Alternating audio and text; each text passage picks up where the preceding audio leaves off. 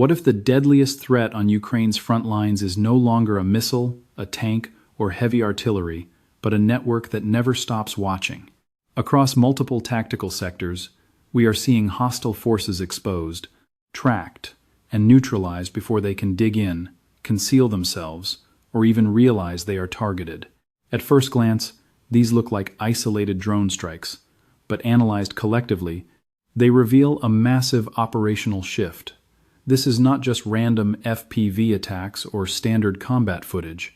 We are witnessing the birth of a new doctrine, integrating real-time surveillance, target acquisition, rapid strikes, and deep interdiction into a seamless loop. This is a critical development in modern warfare. From the Lyman sector down to Sloviansk and deep into Crimea, this pattern reveals strategic operational impact. It proves that maneuvering on this battlefield is easily detected, near impossible to secure, and devastatingly expensive. Stand by as we analyze how this evolving reconnaissance strike complex is set to redefine the next phase of this war. Lyman is a contested zone where the enemy cannot mass armor or infantry and expect sheer mass to rupture our defensive lines. Our tactical advantage does not stem from single strikes, but from persistent, unblinking aerial reconnaissance. Multiple drone detachments operate simultaneously, overlapping sectors, handing off active targets seamlessly without breaking situational awareness. This neutralizes traditional approach routes, tree lines, and exposed staging grounds. A hostile assault team may believe they have concealment, but their tactical failure begins far earlier. Overhead assets have already mapped their vector, locked onto their coordinates, and maintained active tracking. This turns this hot sector from a classic trench brawl into a highly coordinated, airborne managed denial zone. The critical variable here is operational continuity. Spotting a target once is basic. Maintaining an unbroken, multi-tiered aerial dragnet is a force multiplier. With overlapping coverage, blind spots evaporate, and the countdown begins for the advancing enemy. Infantrymen hesitating, altering course, or clustering in tree lines are targeted before they reach our main line of resistance. It denies the enemy any tactical surprise. Furthermore, our units do not wait for a full assault wave to assemble before striking. We engage enemy infantry while they are still fragmented, compounding our tactical advantage and their casualty rates. This is why the Lyman front remains so lethal for the enemy, despite persistent human waves. The primary tactical concern is not just position holding, but the heavy attrition rate the enemy suffers during ingress. With persistent drone swarms overhead, every second spent in the open raises their mortality risk exponentially. Dismounted squads are acquired early, while support vehicles are tracked in real time. High-value systems trailing the rear are handed off and neutralized, resulting in severe attrition, disorganization, and ruptured operational timelines. This is critical because offensive operations require synchronization. Assault forces must mass, coordinate, and maneuver in absolute lockstep. Pinning down their vanguard while forcing rear elements to stall disintegrates the offensive action well before they even reach our primary trench lines. Unbroken surveillance is no longer just intelligence gathering. It actively breaks the enemy's strike force before ground combat even begins. Practically, our forces are converting air dominance into absolute battlefield control.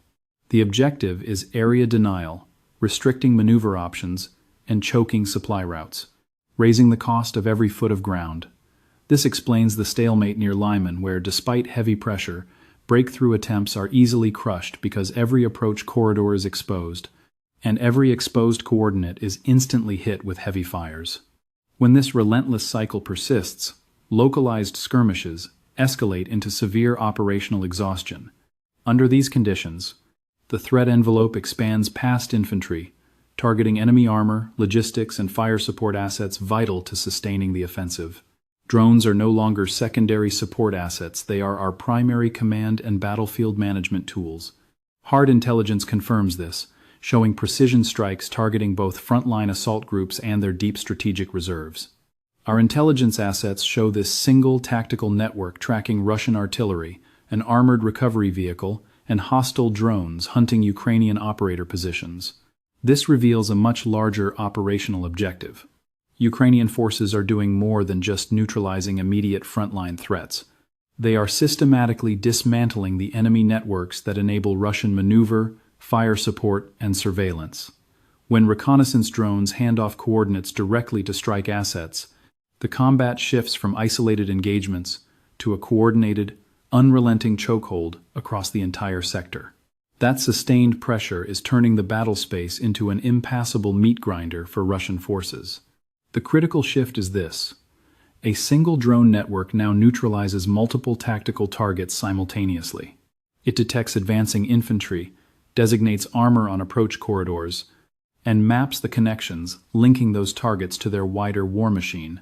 An artillery piece is more than a gun, it is active fire support. An infantry vehicle is not just steel. It deploys assault squads, recovers crippled armor, or secures critical supply lines. A hostile drone command post is high value, serving as the eyes and command link for incoming attacks. Therefore, when Ukrainian crews target these nodes, they do not just destroy equipment, they blind the enemy, disrupt their reactions, and shatter their tactical momentum.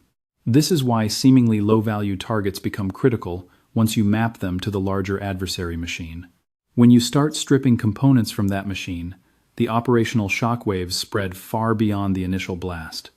Intelligence reports highlight exactly why platforms like the UAZ Bukanka, modified civilian vehicles, and light transports are vital in this theater.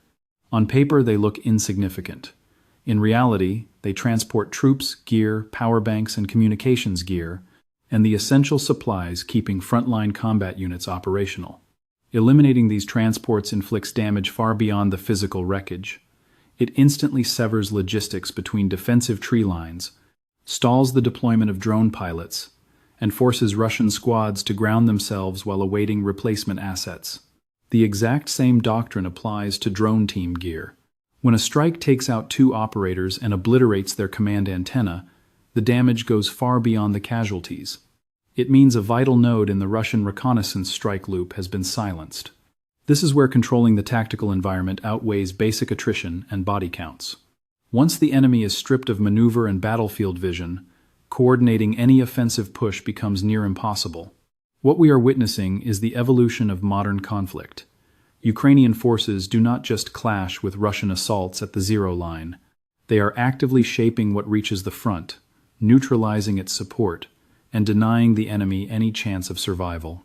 This is why the drone campaign in this sector is not just a reel of sensational combat footage, but a calculated, systemic effort to paralyze Russia's entire operational capability.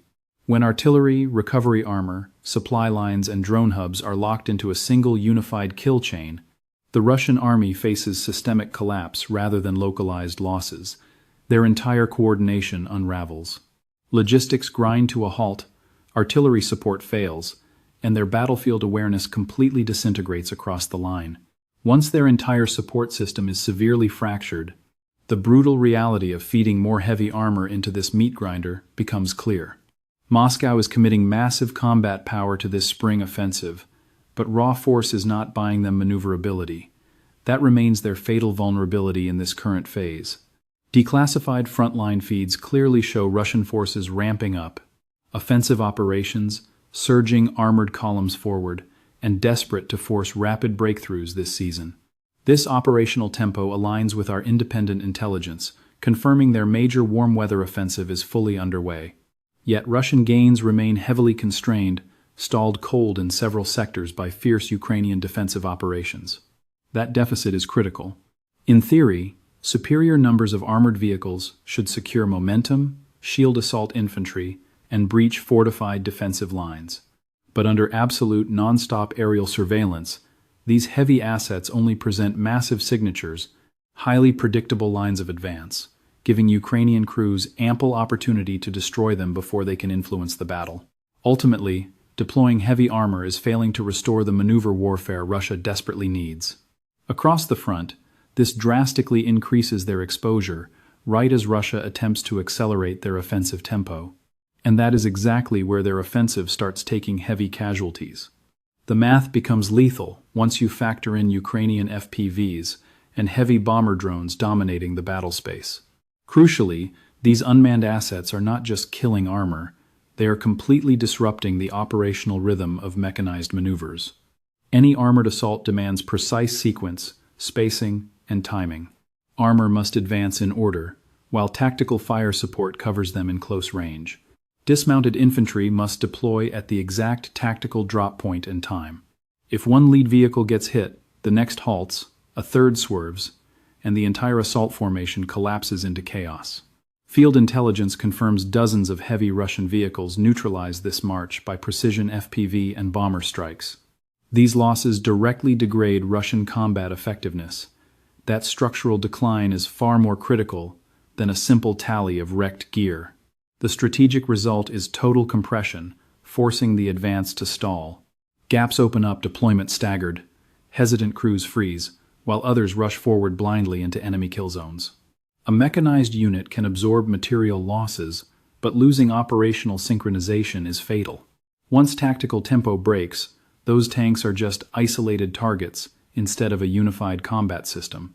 A burning hull is only one snapshot. The true tactical disaster lies in the shattered operational timing behind that wreckage. Battlefield intelligence directly confirms this reality. A Ukrainian drone wing reported neutralizing 20 Russian main battle tanks since early 2026. That is nearly 2 full tank companies, wiped out primarily by FPVs and heavy bomber assets. While we treat unilateral reports with caution, this data aligns perfectly with broader, highly credible combat trends on the ground. Kyiv is not trying to counter every hostile armored column with exorbitant cruise missiles or massive counteroffensives. Instead, low-cost unmanned systems are systematically driving up the attrition rate of Russian maneuvers, completely redefining modern armor. A main battle tank is no longer valued solely by armor thickness or gun range, but by its survivability under relentless aerial surveillance. If enemy vehicles are targeted in transit, neutralized prior to deployment, or pinned down under fire, throwing more steel at the problem solves nothing. It merely feeds high-value targets into an active kill chain. This points to a vital strategic reality. The core issue is not simply that Russia is bleeding armor. The critical crisis is that mechanized tempo is being choked. Every extra vehicle increases their electronic and visual signature. Each fresh assault wave offers Ukrainian drone operators another window to shatter enemy formation before they even reach the defensive line. This does not mean armor is obsolete on the modern battlefield. It means armor only survives when integrated into an umbrella robust enough to protect situational awareness, maneuver timing, and spacing. Without that defensive umbrella, a major offensive looks formidable on map graphics, but stalls to a crawl on the ground. This explains why combat is shifting toward low-signature infiltration tactics designed to evade this level of relentless exposure. In the Sloviansk sector, we observe a distinct Russian tactical pivot, but it is not offering the tactical security Moscow desires. Moving away from pure mechanized pushes, Russian commanders are deploying light infantry fire teams to infiltrate gaps in Ukrainian lines, utilizing darkness, dense brush, and wreckage for cover. These advanced teams are often steered by aerial recon drones navigating their route. This tactic heavily dampens the signature of a major assault. Yet, exposure remains high. It simply shifts the threat from massive artillery targeting to early detection, where Ukrainian forces have drastically adapted their hunting methods. This tactic is crucial, showcasing rapid battlefield adaptation under intense pressure. Enemy commanders realize that large mechanized columns draw immediate kinetic strikes, heavy drone surveillance, and swift destruction. Dispersed fire teams can spread out, hold under cover, and attempt to penetrate what tactical reports call the interpositional space between defensive strongpoints. Once inside, they take cover in fighting holes, trenches, or ruins, waiting for assault orders or follow-on forces. On tactical maps, this looks like a cautious advance. In reality, it hinges on a highly vulnerable assumption. The enemy relies on concealing these assembly areas, praying we do not locate them before they strike. But that tactical hope is rapidly slipping away. Our tactical response is clear. Expand the surveillance grid rather than waiting passively on the zero line. That is the critical shift. When Russian forces scale down their assault groups, our drone operators counter by widening their aerial reconnaissance perimeter. Frontline intelligence reveals hostile dugouts and infantry nests are being neutralized minutes after enemy troops seek cover. This proves the threat vector no longer triggers only when an assault group initiates its advance. It activates the moment they halt, falsely believing they have vanished from our sights. A smaller squad offers a reduced signature initially, but once targeted, they lack the armor and manpower to survive. This is where tactical adaptation reverts to brutal attrition. The operational paradox near Sloviansk remains stark. The Russian command is shrinking assault columns purely to extend their lifespan. Meanwhile, our forces are scaling up drone surveillance to turn these micro-units into highly vulnerable targets. Infiltration tactics still hold value, capable of sowing chaos and testing vulnerabilities along our defensive perimeter. However, it fails to solve the lethal reality of total battlefield exposure. Under relentless aerial monitoring, smaller hostile formations might avoid detection as a massive column, but they still lack the combat mass required to achieve a decisive breakthrough. Once that operational limit is reached, this hunt-and-destroy cycle rapidly extends to enemy command posts and supply lines deep behind the front. The critical development in this theater is that our forces no longer operate drones as isolated individual strike platforms. They now function as a synchronized network, hitting the zero line and deep rear echelons simultaneously. This kill chain targets low-value assets that might seem insignificant to an untrained observer. A Bukanka transport van, an enemy pilot team, or a signal relay may seem trivial on their own, but in drone warfare, these assets constitute the central nervous system. They are what allow hostile units to navigate, communicate, and coordinate. Severing these critical links paralyzes more than just one squad. Entire combat movements grind to a halt. Their reconnaissance fails, and their artillery loses precision. That is why neutralizing pilots and transmitters is a priority. These strikes achieve more than just destroying hostile hardware. They blind entire segments of the network, shattering the enemy's capacity to organize subsequent maneuvers. When we apply this same systematic pressure deeper into their rear, the strategic calculus changes entirely. This expanded operational scale is playing out right now in occupied Crimea, shifting from local disruption to massive strategic pressure. Based on official military communiques detailing operations on the night of April 1st to 2nd, our unmanned systems branch and military intelligence units executed successful strikes on Kirovsky airfield in occupied Crimea. Initial battle damage assessments confirm heavy damage to critical Orion drone infrastructure. We neutralized an An-72P transport, disabled a P-37 radar system known as SWORD, and destroyed 4 Orion combat drones. While we await further satellite imagery, these initial damage reports must be treated with standard operational caution. Regardless, this deep strike aligns directly with the tactical doctrine we are seeing on the front. Our goal is not merely blunting localized assaults, but systematically degrading the enemy's reconnaissance, logistics, and airspace monitoring capabilities that allow them to project power across this entire theater. As their high-value rear assets fall systematically into our crosshairs, the theater of war becomes increasingly unified. Meanwhile, the airspace adds a deadly new dimension to this conflict. Our unmanned systems are no longer restricted to hunting ground targets, but are actively engaging low-altitude threats in the sky. Combat footage details the rapid interception of 7 hostile aerial targets. While we cannot verify that exact number from this single piece of footage, we must treat it as unconfirmed field reporting. Yet, the broader trend is undeniable. Official defense data indicates our interception rate against enemy drones in March 2026 surpassed 90%, despite escalating waves of attacks. This demonstrates that low-altitude anti-drone warfare has evolved from a secondary effort into a primary operational pillar. The exact same tactical systems locating enemy infantry and tracking armor are now seizing absolute control of the airspace directly above our front lines. Stay tuned for further battle updates. This is where raw drone footage becomes hard intelligence of a massive strategic shift. Our reports show Ukraine integrating the front line, the tactical mid-zone, and the deep rear into a single operational system.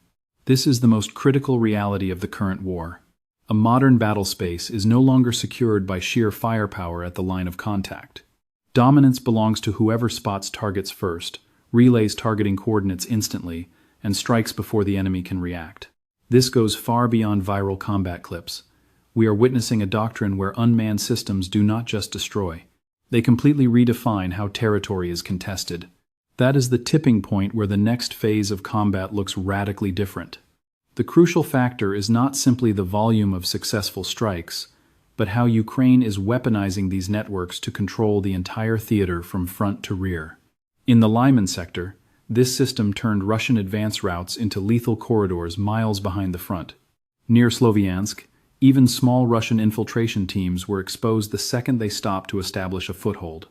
Deep in Crimea, we saw this model scale up, pushing relentless pressure far beyond frontline personnel and vehicles, directly striking key surveillance, transport logistics, and air control nodes. We must analyze this development closely. The side that detects targets first, relays intelligence, and executes precise strikes at the perfect moment holds a far greater advantage than an adversary deploying massive waves of armor and infantry. The operational question is how fast this doctrine spreads, and if Russian defenses can adapt before their remaining positions are utterly compromised. If this tactical evolution continues, the outcome of this war will be decided by electronic networks, not raw numbers. Subscribe to Military Force for tactical updates on these rapidly escalating operations and stay on high alert as the battle unfolds.